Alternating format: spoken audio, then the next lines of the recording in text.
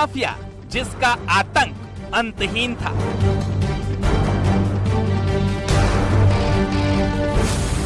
एक डॉन 100 परेशान। जैसे तुम्हारे पति नहीं आए, आज तुम रो रही हो, वैसे नहीं और रो रहा है। अच्छा। और जैसे मुर्गी हलाल कर दिया जाता है, उसी तरीके हलाल कर देंगे आपको। कहानी कातिल अतीक के सितम की। उस समय अतीक, वो इलाका ही अतीक का था। उस समय अतीक ही उधर के क्षेत्र के बोलबाला था। जुल्म के मारों की जुबानी, आतंक की सच्ची कहानी।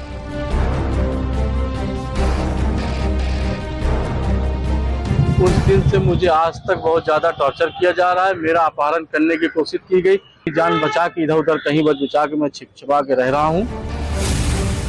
मदरसा कांड से लेकर जमीन कब्जे के लिए कत्ल तक। के अंधेरे में कुछ लोग अंदर गए थे और कुछ लड़कियों का नाम पता पूछकर, जिनमें से 2 लड़कियों को घसीटकर बाहर ले आए थे। उनके साथ अश्लील हरकतें की गई थी, उनके साथ गैंगरेप किया गया था। अतीक के हर सितम का गवाह बोलेगा, आतंक का राज खोलेगा।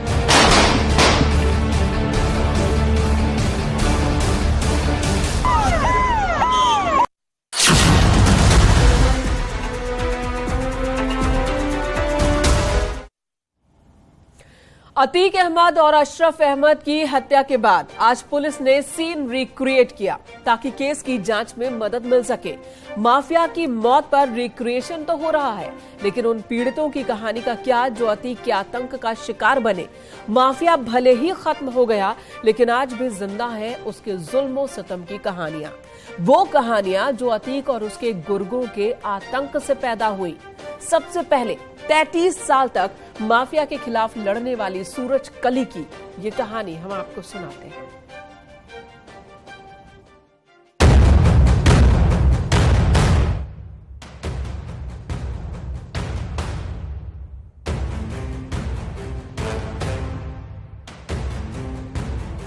अतीक के आतंक की सबसे खौफनाक कहानी।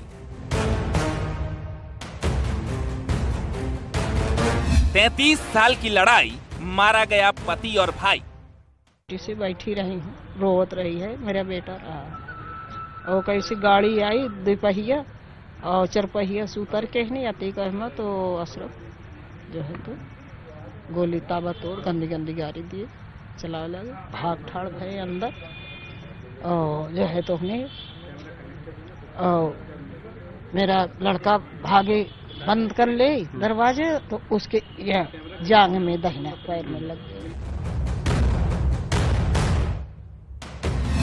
वो दिलेर महिला जिसने अतीक के आगे नहीं टेके घुटने। ये देखिए।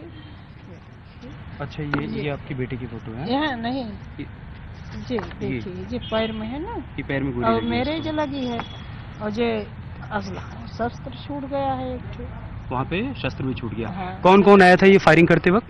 फायरिंग करते वक्त जो है तो हमने आए थे तो अतीक अहमद। अतीक अहमद। एक बार मैं दर्शकों को समझा देता हूँ इन तस्वीरों के बारे में। सूरज कली जी का ये कहना है कि 2003 की बात है, हाँ 2016 में अतीक और उसके कुछ गुर्गे इनके घर पर आए और एक बार फिर से इनके ऊपर दबाव बनाया, कहा कि बात नहीं मानोगी तो अंजाम भुगतना होगा।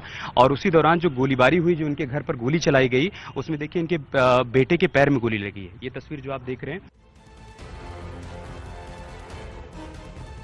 अतीक अहमद को पूर्वांचली का बाहुबली माफिया ऐसे ही नहीं कहा जाता था।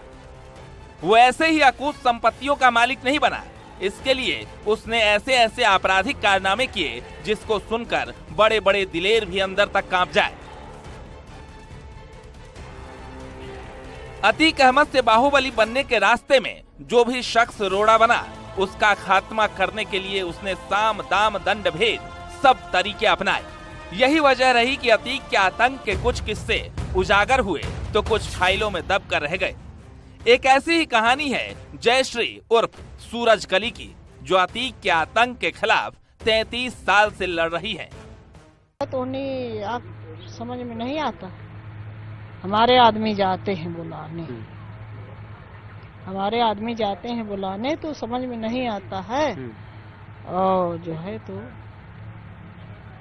जैसे तुम्हारे बच्चे नहीं, पति तुम्हारे नहीं आए, उसी तरीके तुम और जो है तुम मान जाओ, मुकदमा मत लड़ो।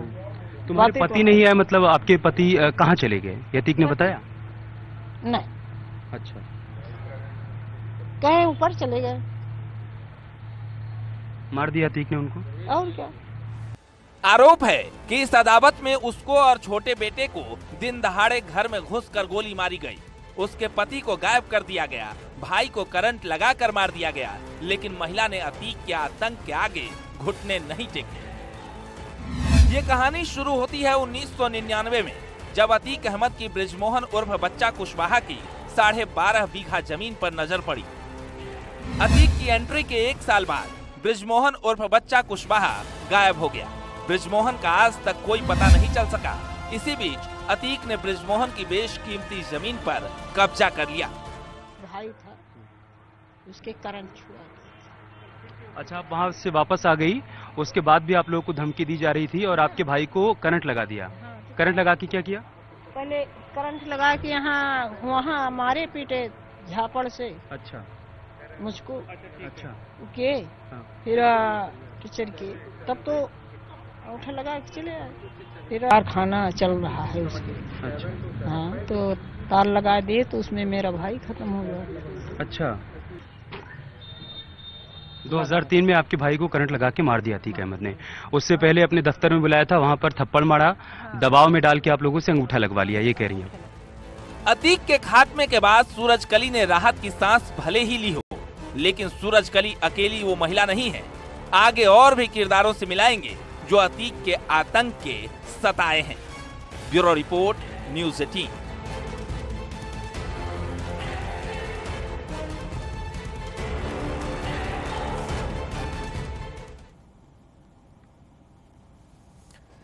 अतीक के आतंक के तमाम किस्से हैं, लेकिन एक ऐसा भी किस्सा है जिसने माफिया को अपनी ही मुस्लिम बिरादरी में विलन बना दिया। वो घटना है मदरसा कांड, जब अतीक के गुर्गों ने मदरसे के अंदर से 2 लड़कियों को किडनैप किया, गैंग रेप किया और तब पूरा सिस्टम अतीक के आगे चुप्पी साधे रहा। आरोपी आजाद थे, बेगुनाहों को जेल भेजा गया, सच को ऐसे दबाया गया जैसे कुछ हुआ ही ना।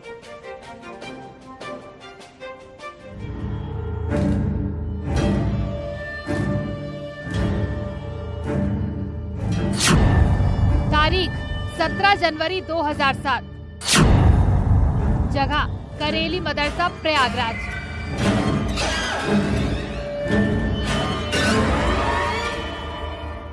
साल 2007। डॉन अतीक के घर पर जश्न चल रहा था। माफिया अतीक के बेटे असद का हकीका था। दावत में पूरे यूपी के तमाम डॉन से लेकर बड़े बड़े मानिए मौजूद थे। इधर जश्न का शोर शहर में फैला था और इसी शोर के बीच उठी मदरसे से एक चीख, उन बच्चियों की चीख जिन्हें अतीक के गुर्गों ने मदरसे के अंदर घुसकर उठाया था। जब उनको ले जाया गया तो उसी दिन की बात है कि वहाँ पे अतीक अहमद के लड़के का हकीकत चल रहा था, जश्न मनाया जा रहा था, बहुत जबरदस्त जश्न मनाया जा रहा था, बहुत बड़े बड़े नेता आए हुए थे। हकीका मतलब होता है कि मुंडन होता है हम लोग की मुस्लिम बिरादरी में, तो उसके लिए दावत करी जाती है। बहुत बड़े पैमाने पे दावत हुई थी, कम से कम लाखों की भीड़। जो आपने देखी है उनके कुत्ते से हाथ मिलाने वाली, ये उसी समय की फोटोज है। तो इधर एक मुस्लिम बच्चों की आबरू लूटी जा रही थी और उस तरह पे एक बहुत बड़े पैमाने पे दावत हो रही थी, जश्न मनाया जा रहा था। वो रात बीती तो प्रयागराज ही नहीं पूरे प्रदेश में भूचाल आ गया। 17 जनवरी 2007 की रात प्रयागराज के इतिहास की सबसे स्याह रातों में एक थी। उस रात मदरसे से उठाई गई लड़कियों से खदेरी नदी के किनारे रात भर दरिंदगी की गई और अगले दिन उन्हें उठाकर मदरसे के दरवाजे पर फेंक दिया गया।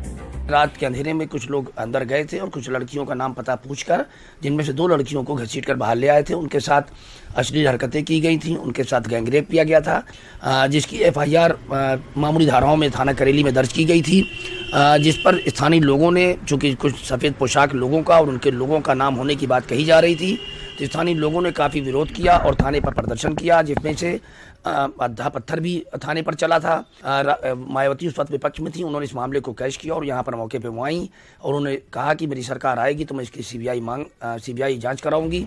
इस शर्मनाक कांड को छिपाने की पुरजोर कोशिश की गई। पुलिस ने सिर्फ छेड़खानी की धाराओं में मुकदमा दर्ज किया।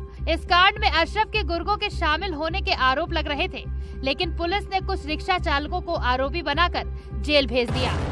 लेकिन अभी सियासी भूचाल आना बाकी था। कब? जब 85 गाड़ियों के काफिले के साथ मायावती प्रयागराज पहुंची। फिर जब अतीक अहमद को पता चलता है कि ये लोगों ने किया है, तो उसने सोचा कि हमारा भी नाम उछल जाएगा, अशरफ का नाम उछल जाएगा, क्योंकि उसके सब साथी के लोग थे, गाँव के थे, बगल में जो हमारे पीछे सब गाँव यहीं के थे। तो उसके बाद ये करता क्या है कि उस समय राजेश सिंह एक इंस्पेक्टर थे जो अतीक अहमद के तीसरे भाई कहे जाते। कहा कि हम इसमें ऐसा है कि इसमें कुछ लोगों को पकड़ के डाल दो, नहीं बहुत मामला गर्म है, वो लोग फंस जाएंगे तो ज़िंदगी पलित हो जाएगी। कि इस तरह उन्होंने अपने लोगों को बचाया। पुलिस ने तब जिन आरोपियों को जबरन जेल भेजा था, बाद में वो सभी छूट गए, लेकिन असली आरोपी कभी नहीं पकड़े गए। कहा जाता है कि इस अपहरण और गैंग रेप कांड के पीछे था अतीक का भाई अशरफ, लेकिन एफआईआर से लेकर जांच तक कहीं पर भी उसका नाम नहीं आया और असली आरोपी को कभी पकड़ा नहीं जा सका। ये मामला कोर्ट में गया, जिसमें 5 लोग इसमें चार्जशीट किए गए, जिन पर के लिए कहा गया कि वो सभी बेगुनाह हैं, जिनका मुकदमा मैं नहीं लड़ा था और सभी लोग उस घटना स्थल से काफ़ी दूर दूर के रहने वाले थे, जिसमें से एक आधा पागल भी था। लेकिन 5 लोगों को चार्जशीट किया गया, उनके खिलाफ मुकदमा चला। अदालत में अभियोजन की तरफ से कई गवाह उन लड़कियों को और मदरसा संचालक वसीउल्लाह को पेश किया गया, लेकिन अभियोजन जो है उस साक्ष्य को जुटाने में या उनको दोषी करार देने में सक्षम नहीं रहा और सभी बेदाग छोड़ दिए गए थे। ये है कि इस मामले में चूंकि कुछ सफ़ेद पोशाक लोगों का नाम आ रहा था, स्थानीय थाना अध्यक्ष को भी लोग उस सफ़ेद पोशाक का बहुत करीबी मान रहे थे। मदरसा कांड गवाह है अतीक के आतंक का, उसके जुल्म और सितम का। लेकिन ऐसे न जाने कितने ही मामले हुए जिसे अतीक के IS 227 गैंग ने अंजाम दिया, लेकिन उन मामलों में कभी इंसाफ नहीं मिला।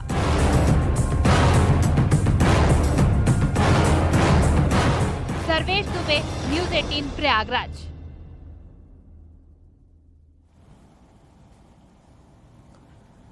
कहते हैं कि इसी मदरसा कांड के बाद अतीक का फ्यूचर बिगड़ने लगा था। फिलहाल यहां रुकेंगे एक छोटे से ब्रेक के लिए। ब्रेक के बाद आपको मिलवाएंगे रुखसाना से, वो रुखसाना जिसके लिए अतीक आतंक समान ही है।